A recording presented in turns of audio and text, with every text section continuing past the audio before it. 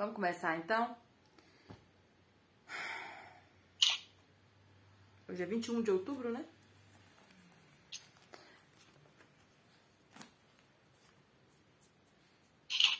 Pode ler. Quem vai ler? 1 Timóteo 3. Yes. Os deveres dos bispos e dos diáconos. Fiel é esta palavra. Se alguém aspira ao episcopado, excelente obra deseja. É necessário, pois, que o bispo seja irrepreensível, marido de uma só mulher, temperante, sóbrio, ordeiro, hospitaleiro, apto para ensinar, não dado ao vinho, não espancador, mas moderado, inimigo de contendas, não ganancioso, e governe bem a sua própria casa, tendo seus filhos em sujeição, com todo respeito, pois se alguém não sabe governar sua própria casa, como cuidará da igreja de Deus? Não Teófito, para que não se ensoberbeça e venha a cair na condenação do diabo. Também é necessário que tenha bom testemunho dos que estão de fora, para que não caia em opróbrio e no laço do diabo. Da mesma forma, os diáconos sejam sérios, não de língua dobre, não dados a muito vinho, não cobiçosos de torpe ganância, guardando o mistério da fé numa consciência pura. Também estes sejam primeiro provados, depois exercitem o diaconato, e forem irrepreensíveis. Da mesma sorte, as mulheres sejam sérias, não maldizentes, temperantes e fiéis em tudo. Os diáconos sejam maridos de uma só mulher, e governem bem a seus filhos e suas próprias casas. Porque os que servirem bem como diáconos adquirirão para si um lugar honroso e muita confiança na fé que há em Cristo Jesus. Escrevo-te essas coisas, embora esperando ir ver-te em breve, para que no caso de eu tardar, saibas como se deve proceder na casa de Deus, a qual é a igreja do Deus vivo, coluna e esteio da verdade. E sem dúvida alguma, grande é o mistério da piedade. Aquele que se manifestou em carne, foi justificado em espírito, visto dos anjos, pregado entre os gentios, crido no mundo e recebido acima na glória. A ele eu adoro. Tem um hino. Bom, vamos lá. Esse texto aqui é um dos textos que, como que a gente pode dizer, né? A teologia ou a sistematização dela de uma maneira mais específica vai usar, porque ele é praticamente assim, o único que traz enumerado, sem nenhum tipo de simbologia, sem nenhum tipo de metáfora, o que se espera e como deve ser a liderança da igreja. Então, a primeira coisa que a gente comenta, havia sim igreja, havia liderança, havia líderes, havia funções, havia papéis. Isso aí já acontecia no primeiro século. Por que eu estou dizendo isso? Porque existem muitos movimentos que tentam desmerecer essa estrutura. Não estou aqui defendendo que, né, a igreja é a que salva e que a igreja é a coisa mais importante do cristianismo. Não, não é. E Paulo gasta muito pouco tempo falando dela. Ou seja, ele não vê a igreja com a importância até que nós vemos hoje. Eu acho que a igreja moderna dá mais importância para a igreja do que a própria Bíblia. A Bíblia fala da igreja, mas fala muito pouco e não coloca a igreja nesse lugar de tanta prioridade, de tanta estima. Mas ela existia, fazia parte da vida dos cristãos. Então, eu estou dizendo isso aqui para a gente ter um nível de equilíbrio. Por quê? Porque essa é a realidade. Há uma importância da igreja para a gente não cometer o erro do desmerecimento. Igual tem uma onda aí, né, que prega que você tem que sair da igreja, né? Que tem vários, eu já vi várias pessoas, né, pregando isso, que eles usam até um versículo, né, que qual que é o versículo que os honestos sairão. Tipo assim, quem for honesto, quem quiser servir a Deus mesmo, eles sairão. Por quê? Porque vai se corromper. Então, assim, não quero entrar nesse mérito. O que eu quero trazer aqui é só um ponto de equilíbrio. A igreja não é a coisa mais importante do cristianismo, mas a igreja é um ponto importante do cristianismo. Ok? Só isso. E aí ele fala sobre duas funções. A gente já citou alguma coisa e é importante a gente lembrar que esses nomes, Paulo está falando de funções, sabe? A gente vê muito como cargo, né? Eu não sei bem, assim, distinguir, mas eu acho que a visão bíblica é diferente da visão que a gente tem. Então, ele vai falar do bispo e do diácono. E, embora a gente entenda, né, que um é mais importante do que o outro, parece que aqui no texto, o que Paulo separa são funções. Não quem vai mandar em quem e quem vai ser mais importante que quem. Mas que o bispo vai ter uma função e o diácono vai ter outra função. E talvez essa mudança de visão que nós temos, que a gente tem essa escala hierárquica, talvez isso não seja algo tão positivo e não seja algo idealizado pela palavra, mas idealizado pelo homem na história, né, no decorrer do tempo. Aí sim, pessoal, aqui não tem muita coisa, porque ele fala, primeiro ele elogia quem deseja o episcopado. Hoje, de 10 crentes que você conhece, faz esse exercício aí, vocês aí que estão aí. Lindrani, né, cada um que tá aí. De 10 crentes que você convive, quantos desejam o episcopado? Episcopado é ser bispo, e bispo aqui é o papel de pastor. Quantos almejam o episcopado? De 10 que você conhece, que você convive, que é cristão. Quantos? Não é muito. Acho que eu acho que nenhum. Nesses últimos anos que eu tenho convivido, acho que menos ainda. Não tem ninguém que esteja no meu convívio que fala, eu tenho desejo de ser pastor. Não conheço. Então, Paulo começa elogiando, e aí é isso aqui, pessoal, eu tô dizendo isso aqui pra gente ver para que rumo tem andado a igreja, instituição, a igreja física, não a igreja invisível, porque a igreja invisível, ela é incorruptível. A igreja invisível é dos salvos esparramados pelo mundo, é a igreja que é o remanescente, é a igreja, mas eu tô falando da igreja física. Essa igreja física tem tomado um rumo muito perigoso, né, no meu modo de ver. Então, Paulo começa elogiando quem almeja o episcopado. E aí, se a gente ler essa carta na nossa igreja, praticamente ninguém almeja o episcopado. Ninguém quer ser pastor. Ninguém. Enfim. É necessário, aí ele vai citar. Eu acho que isso aqui não tem segredo, né? São coisas óbvias. É necessário que o bispo seja irrepreensível, marido de uma só mulher.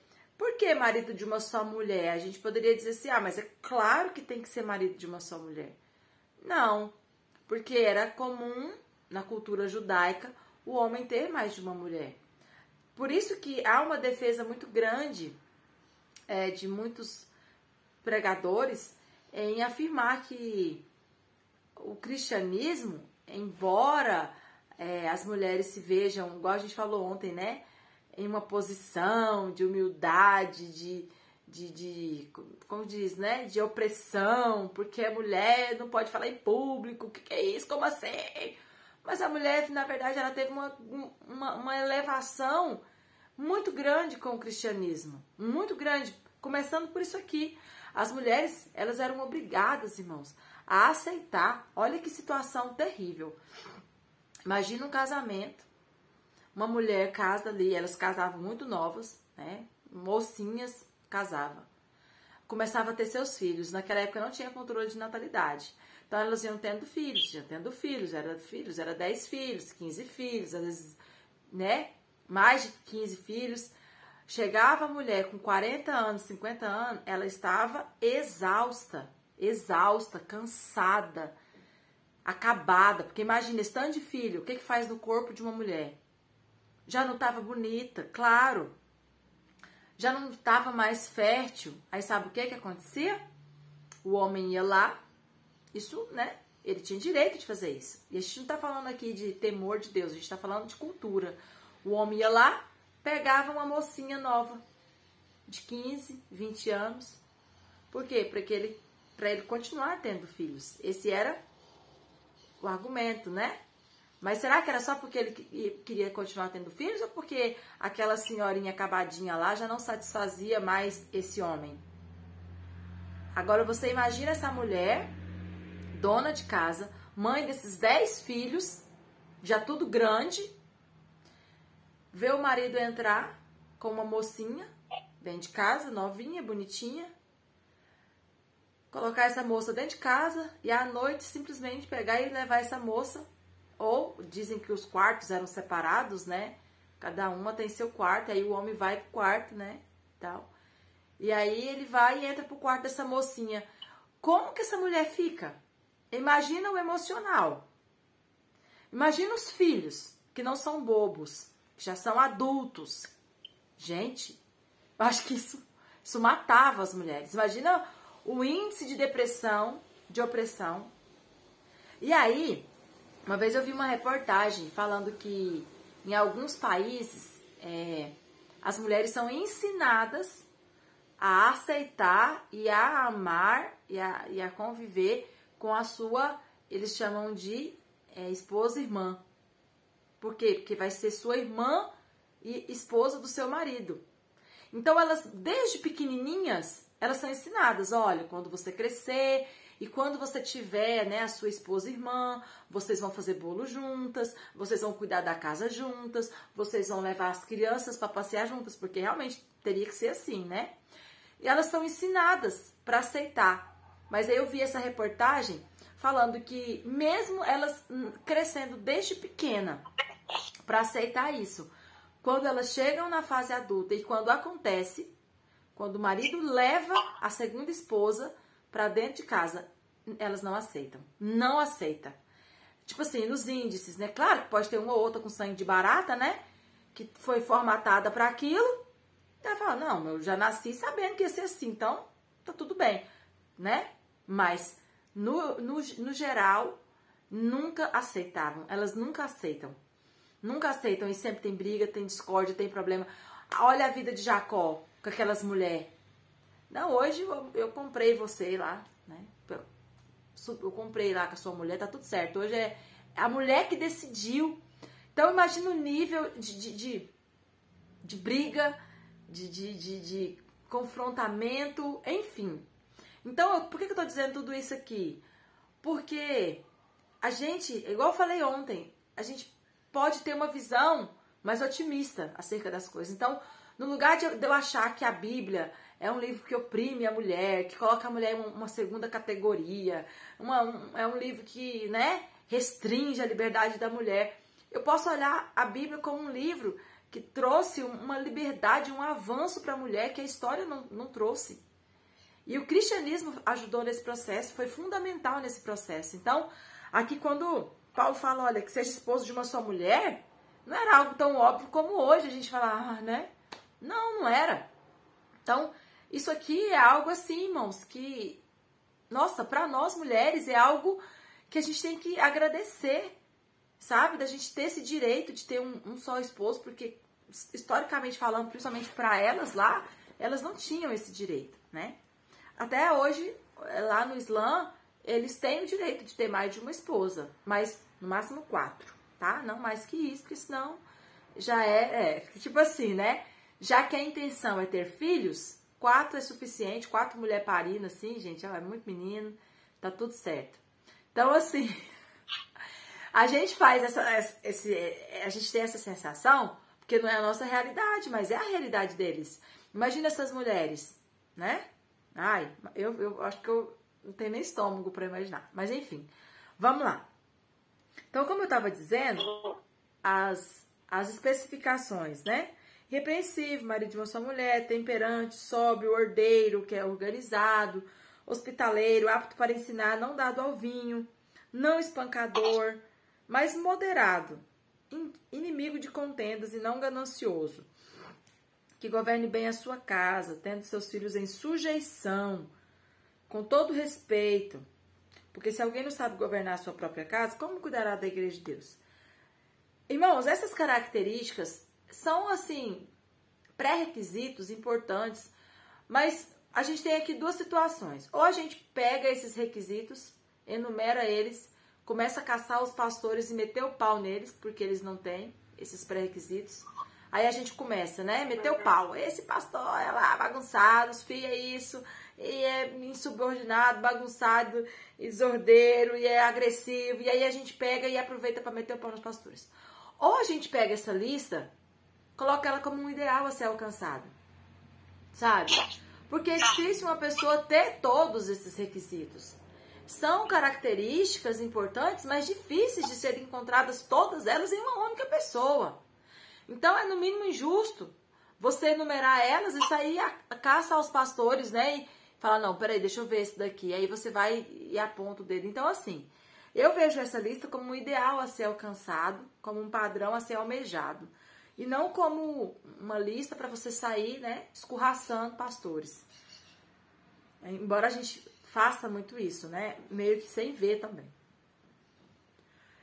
O 6, ele fala não neófito. Neófito vem de novo. Essa palavra neófito vem de novo mesmo. Jovem, novo. Mas aqui ela está sendo aplicada para novo na fé. Então, qual que é a preocupação de Paulo? Que ele não seja tipo um novo convertido. Por quê? Porque ele pode não estar preparado para esse cargo. E Paulo fala aqui da soberba, né? Ele pode se ensoberbecer, ele pode cair no pecado. Por quê? Porque é necessário uma caminhada, até porque ele vai falar lá na frente de teste. Ele fala, olha, teste, né, essas pessoas, ou seja, vai colocando ali algumas provinhas para ver como vai ser o desempenho. Comece com coisas pequenas, para que quando houver uma necessidade grande, você possa avaliar o comportamento dessa pessoa. O que mais aqui?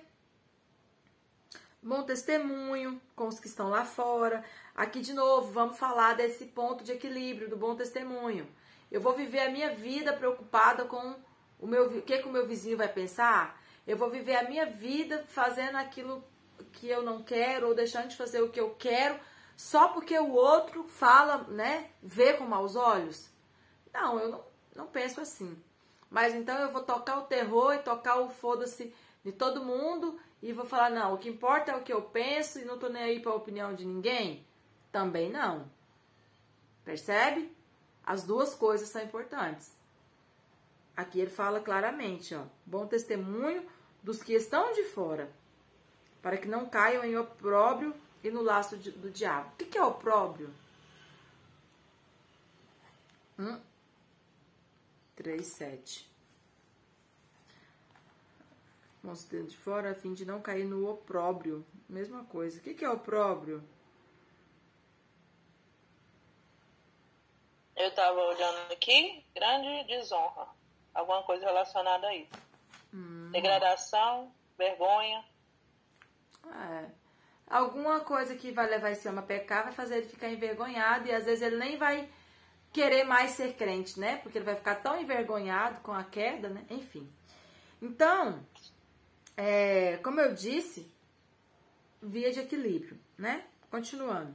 Aí depois ele vai falar dos diáconos. A pergunta, eu posso pegar e falar assim, então quer dizer que a lista do diácono é uma, a lista do bispo é outra.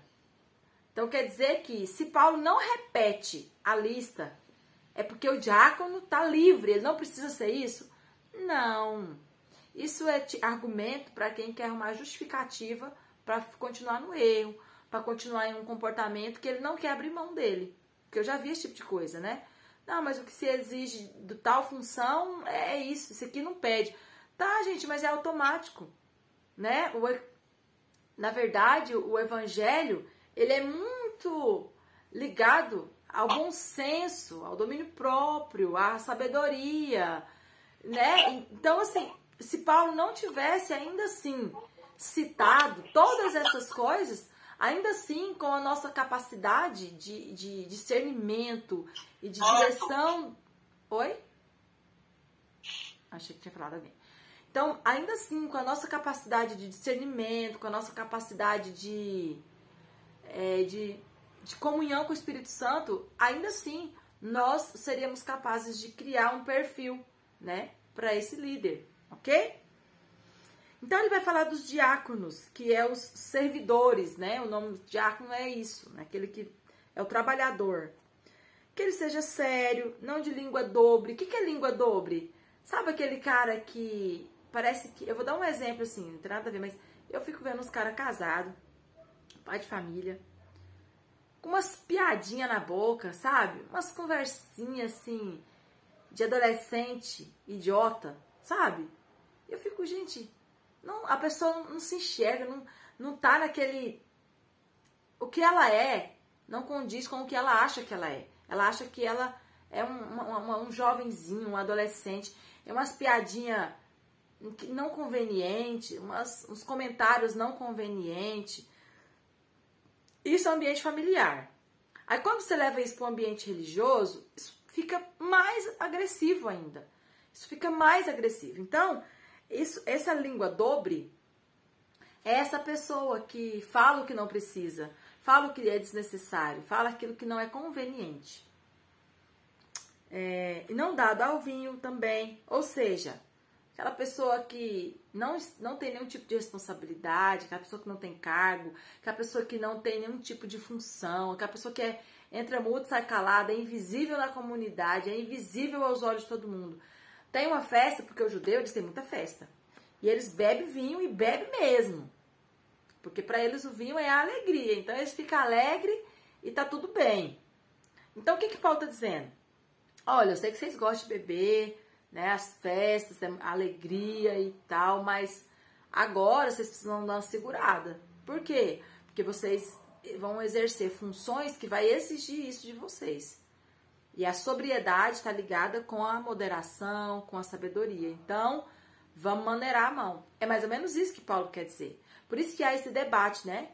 Ah, mas pode beber vinho? Por que não pode beber vinho? Por que a igreja dá o suco e não é o vinho? Cultural, né? Taranã, a gente não precisa entrar nesse assunto. Mas eles bebiam sim o vinho e o que Paulo está dizendo é para eles dar uma segurada. Se eles eram essas pessoas que gostavam de beber e aproveitar a festa e bebia mesmo e era 5, 6, 7 dias de festa. Então, segura a onda e agora vocês precisam mudar esse comportamento. E aí aqui vem algo interessante. No 11 ele fala assim, ó. Da mesma maneira as mulheres. Por que da mesma maneira? Por quê? Porque para esse cargo de diaconato, que a gente chama... Paulo admite o serviço de mulheres. Então, aí a gente já percebe que é muito complicado nós criarmos um pode não pode do que a mulher pode fazer e do que a mulher não pode fazer, baseado nas epístolas paulinas. Porque ontem Paulo disse que a mulher não podia nem fazer pergunta. Agora Paulo fala que a mulher pode ser uma diaconisa, como a gente chama, né? Apesar de que essa palavra... não tem na Bíblia, mas coloca que é o feminino de diácono. E aí? Entende? Que por isso que, por um lado, a gente tem toda essa liberdade, e aí chega ao outro lado, a gente acha que a gente não tem toda essa liberdade. Então aqui Paulo admite as mulheres no diaconato. Da mesma sorte, ou seja, da mesma maneira as mulheres. As mulheres o quê? Que serão admitidas no serviço do diaconato, da mesma maneira elas. Ou seja, os critérios que ele falou para o homem servem para elas. É isso que Paulo está fazendo, ele está retomando todos os critérios. E ainda continua, acrescenta mais, ó. Que sejam sérias, não maldizentes, temperantes, fiéis em tudo. Os diáconos sejam marido de uma só mulher, governem bem seus filhos, sua casa. Porque os que servirem bem como diáconos adquirirão para si um lugar honroso e muita confiança na fé que há em Cristo Jesus. Aqui a gente percebe que Paulo está dizendo, olha, se ele for um bom diácono, ele vai ser tido em autoestima pela comunidade. Escrevo-te estas coisas, embora espero ir ver-te em breve. O Paulo fala, ó, eu estou escrevendo isso aqui, mas quando eu chegar aí, eu vou falar ao vivo e vou te explicar direitinho e vou conversar com essas pessoas, Mas, se eu demorar, você já vai aí se preparando, vai lendo esses requisitos para você saber quem você vai escolher para te ajudar. Ok? Simples, né? É simples, eu acho muito simples. Eu acho muito desafiador, né? Embora a gente olhe isso e pense assim, uau, isso aqui é uma coisa assim, muito bonita, mas é algo assim, muito desafiador. A gente teve um problema na igreja, com um pastor que teve problema, sabe, com adultério, essas coisas, e foi assim, já faz tempo já, mas a gente vê só o pessoal comentando, e aí eu fico, e aí como não foi da minha época, eu não conheço nada, não conheço a índole, não conheço nada, a gente percebe que causa uma estranheza, né, causa essa repulsa, e causa essa indignação de pensar, poxa, pastor, como assim? Por isso que Paulo tá falando. Por isso que Paulo tá explicando que tem que ser. Porque Paulo sabe que se deixar na nossa natureza, na nossa tendência, a gente vai descambar pro outro lado. Mas e aí, o que vocês acham? Alguma dúvida? Algum versículo aí específico que vocês queiram comentar?